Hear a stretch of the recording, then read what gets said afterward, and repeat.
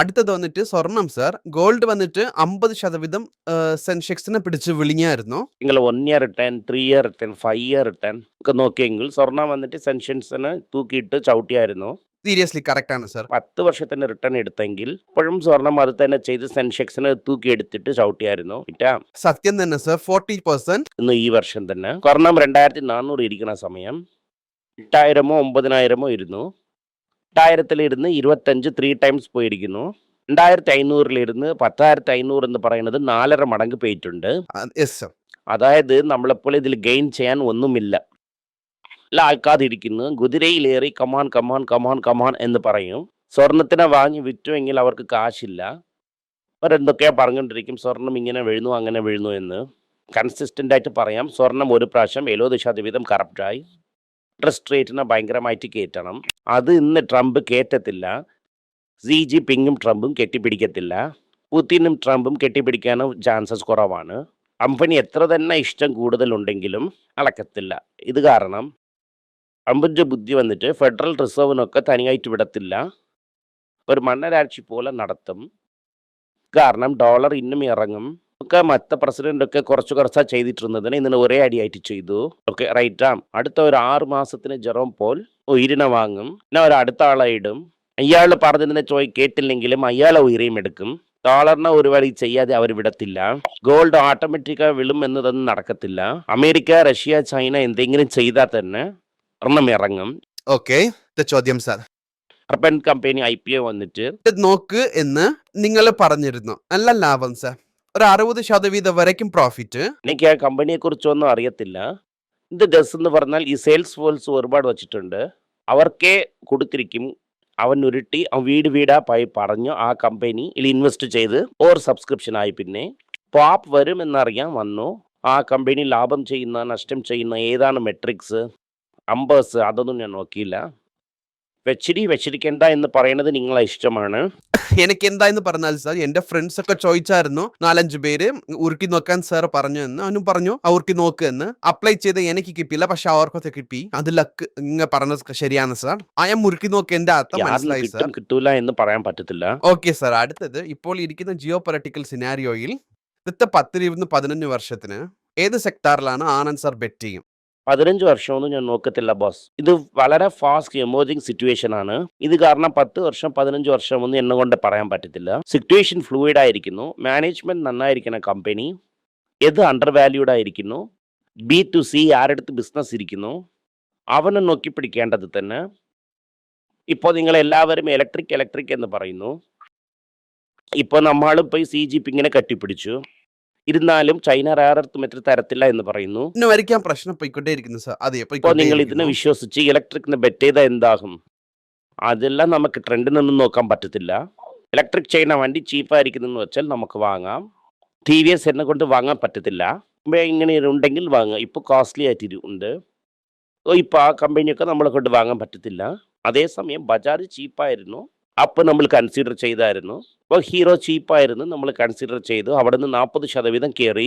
എവിടെ ചാൻസ് വരുന്നു അവിടെ ചെയ്യാൻ പറ്റും.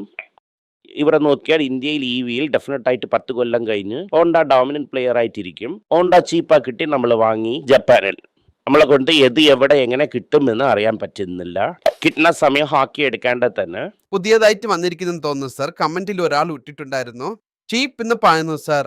പക്ഷെ നോക്കിയാൽ 800, 1000 രൂപ, 2000 രൂപ ഇരിക്കുന്നു സാർ. ഇപ്പൊ എന്ന് പറയുന്നത് 20 രൂപ 30 രൂപ ഷെയർ അല്ലേ സാർ ചീപ്പ് എന്ന് ചോദിച്ചിട്ടുണ്ട് സാർ. അങ്ങനെയല്ല. ഒവ്വൊരു കമ്പനിക്കും ലാഭത്തിലും ഷെയർ എത്രയും ലാഭം എന്ന് കണ്ടുപിടിക്കുന്നത് EPS ആണ്. ഷെയറിന്റെ ലാഭത്തിന് കമ്പനിയുടെ പ്രൈസ് വന്ന് ഡിവൈഡ് ചെയ്തുവെങ്കിൽ, കമ്പനിയുടെ പ്രൈസിനെ EPS കൊണ്ട് ഡിവൈഡ് ചെയ്തുവെങ്കിൽ ഒരു റേഷ്യോ കിട്ടും. P/E ratio. Price to earnings. അതിന് 5000 രൂപ ഇരിക്കുന്ന കമ്പനി കൂടെ P/E റേഷ്യോ 10 ഇരിക്കാം.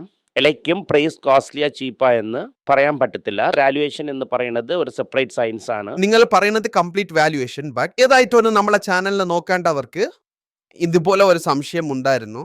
പ്രൈസ് ടു ഏർണിംഗ്സ് എന്നതിനെ എങ്ങനെ കാൽക്കുലേറ്റ് ചെയ്യണമെന്ന് ആനന്ദ് സാർ പറഞ്ഞായിരുന്നു. ഇത് വളരെ നന്ദി സർ. അടുത്ത സാർ, ഇതിന്റെ വെയിറ്റിംഗ് പീരീഡ് എന്താണ്? ഈ ITC Manappuram South Indian Bank waiting period പറയൂ സർ എന്ന് ചോദിച്ചിട്ടുണ്ട് സർ. ചാലുവന്ത് മോഹൻ ജനാർദ്ദനൻ വെയിറ്റിംഗ് പീരീഡ് ഒക്കെ എന്നാണ്. പറയാൻ പറ്റത്തില്ല ബോസ്. മാർക്കറ്റിൽ എന്താകുമെന്ന് നമ്മളെ കൊണ്ട് predict ചെയ്യാൻ പറ്റത്തില്ല.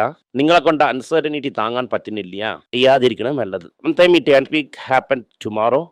Sometime it can take 10 years. ജപ്പാനിൽ വെയിറ്റിംഗ് പീരീഡ് വന്ന് 30 വർഷമാണ്. ഇത് അടുത്ത ചോദ്യം തന്നെ വച്ചിരുന്നു സർ. അതിന് ഞാൻ വരാം സർ. അതിന് മുമ്പേ വന്ന് നിങ്ങൾ ഈ സ്റ്റോക്കിനെ കുറിച്ച് പറഞ്ഞ കാര്യം, ഇങ്ങനെയാണ് ഒരു സ്റ്റോക്കിനെ നിങ്ങൾ സെലക്ട് ചെയ്യുന്നു എന്നതിൽ ഒരു ചെറിയ സംശയം ഉണ്ടായിരുന്നു. ഇന്ത്യൻ ഹോട്ടൽസ് നോക്കിയെങ്കിൽ ഏപ്രിൽ 2010 ഇരുന്ന് മാർച്ച് 2020 വരയ്ക്കും വലുതായിട്ട് റിട്ടേൺസ് ഇല്ല. 14% തന്നെ റിട്ടേൺസ് കൊടുത്തിരിക്കുന്നു. വേറെ 2020 ഏപ്രിലിൽ ഇരുന്ന് സെപ്റ്റംബർ 2025 ആകും, അതായത് 5 വർഷത്തിൽ എന്ന് കയറി ഒരു ഇയർ ഒരു 800% റിട്ടേൺസ് സർ. 2019 നിന്ന് വാങ്ങാൻ പറഞ്ഞു. സർ ഞങ്ങൾ നോക്കിക്കൊണ്ടേ ഇരിക്കുന്നു. അത് നിങ്ങളെ തെറ്റ്. ഞാൻ 2008 വാങ്ങി. 30 രൂപയ്ക്ക് സാർ വാങ്ങി എന്ന് പറയുമ്പോൾ എല്ലാവരും ചോദിക്കുന്നത് ഇതാണ്, നിങ്ങൾ കറക്റ്റായ സമയത്തിൽ വാങ്ങി ആ ടൈം സാർ ഞങ്ങൾക്ക് പറയാനാണ് പറയുന്നത്. അങ്ങനെ ഇല്ല. അന്ന് ക്രൈസിസ് ഉണ്ടെങ്കിൽ നീ വാങ്ങിയിരിക്കത്തില്ല. Main hotel എരിഞ്ഞുകൊണ്ടിരിക്കുന്നു. ഹോട്ടലിന്റെ ഓണർ വെളിയിൽ നിന്നുകൊണ്ട് ടേബിളിൽ നോക്കിയിട്ടിരിക്കുന്നു. അപ്പോൾ നീ എങ്ങനെ വാങ്ങും? വാങ്ങത്തില്ല. ഇൻഡസെന്റിൽ ഒരു ക്രൈസിസ് ഇരിക്കുന്നു. അന്ന് നിങ്ങൾ വാങ്ങിയത്തില്ല. ഇൻഡസെന്റിൽ ക്രൈസിസ് ഇരിക്കുന്നു. പറഞ്ഞ നിങ്ങൾ കേൾക്കുന്ന ഗൂഗിൾ ഗാലിയാവും ബാദു ചാറ്റ് GTPക്ക് ഫേവറബിൾ കമ്പാരിസൺ വന്നു. $100 ഇരുന്നു ഗൂഗിൾ. അങ്ങനെ പറഞ്ഞാൽ വാങ്ങുമോ നിങ്ങൾ? Google waste. $251 പോയ ഉടനെ അതാണ് നിങ്ങൾ മുമ്പേ വാങ്ങാൻ പറഞ്ഞില്ല എന്ന് ചോദിക്കും. എന്നുള്ള വീഡിയോനെ മറക്കും. അതെ, അന്നുള്ള വീഡിയോ നിങ്ങൾ മറക്കും. ഇതുപോലെ തന്നെ മഹേന്ദ്ര, നിങ്ങൾ മഹേന്ദ്രയും ഏറ്റവും ഒരു വലിയ പ്രോബ്ലം എന്ന് മുമ്പേ പറഞ്ഞിട്ടുണ്ടെന്നു. ഈവൻ ടുഡേ ഡെപ്റ്റ് പ്രശ്നമാണ്. 5 വർഷത്തിൽ നോക്കിയാൽ 900% കയറിയിരിക്കുന്നു. എൻ്റെ കയ്യിൽ മഹേന്ദ്ര ഇരിക്കുന്നു, പക്ഷെ അതിൽ ഡെപ്റ്റും ഇരിക്കുന്നു. ഇപ്പം വന്നിട്ട് മാർക്കറ്റ് എന്തുകൊണ്ട് തൂക്കി വിട്ടിരിക്കുന്നു എന്ന് വെച്ചാൽ EBയിൽ അതിൻ്റെ SUVയുടെ താർ റോക്സും SUVയും ഇരിക്കുന്നതിൽ 6ന്റെ ഡോമിനേഷൻ കാരണം ഇത് പോയിരിക്കുന്നു. ஆனால் ടാറ്റ ഒരു ബെറ്റർ വണ്ടി വിട്ടുവെങ്കിൽ ഇത് കുറയും. നിങ്ങൾ അതിന് വേണ്ടിയിട്ട് വാങ്ങാൻ പറ്റത്തില്ല. ഞാനും ഇത് 2008 വാങ്ങിയത്, റൈറ്റാ. ഒരു ടെക് മഹേന്ദ്രയും ഇരിക്കുന്നു. നമ്മൾ ഒരു ഫ്യൂച്ചർ പ്രോസ്പെക്റ്റീവിൽ നമ്മൾ വാങ്ങിയെങ്കിൽ ഡെഫിനറ്റായിട്ട് ഇതിനെ കൺസിഡർ ചെയ്യാം. എന്തുകൊണ്ട് ഈ ചോദ്യങ്ങൾ ഞാൻ മുമ്പ് വെച്ചെന്ന് വെച്ചാൽ, ഈ സൗത്ത് ഇന്ത്യൻ ബാങ്ക് ITCക്ക് ഒരു ടൈം പറഞ്ഞെങ്കിൽ ഒരു ടൈം ഫിക്സ് ചെയ്യാൻ പറ്റത്തില്ല എന്നതിന് ഒരു വലിയ എക്സാമ്പിൾ അല്ലേ ഇത്. എന്തൊക്കെ 10 വർഷം ചുമ്മാ ഇരുന്ന് 5 വർഷത്തിൽ പെട്ടെന്ന് കയറി. ഇന്ത്യൻ ഹോട്ടൽസും ഇത് തന്നെ നടന്നു. അതെ, ഇത് തന്നെ നടന്നു. ടാറ്റ മോട്ടോഴ്സും അത് തന്നെ നടന്നു. ആനന്ദ് സാറേ പറഞ്ഞു നിങ്ങൾ തന്നെ റിസർച്ച് ചെയ്ത് നിങ്ങൾ വാങ്ങിയാലും 10 വർഷം എടുക്കാം. കൂടെ നടക്കാം. 10 കൊല്ലം നിങ്ങൾ കൺസിസ്റ്റന്റ് വാങ്ങിയിട്ടുണ്ടെങ്കിൽ ഒരു 3000-4000 ഷെയർ ചേർക്കാൻ പറ്റും. അപ്പം തന്നെ നിനക്ക് ആ പീരിയഡ് കിട്ടിയില്ലെന്ന് വെച്ചോ. You cannot accumulate big numbers.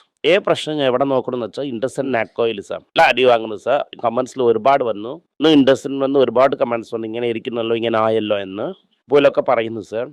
പറയുന്നത് ഒരു ക്രൈസിസ് ആ സമയം കറക്റ്റായിട്ട് യൂട്ടിലൈസ് ചെയ്യണം എന്നാണ്.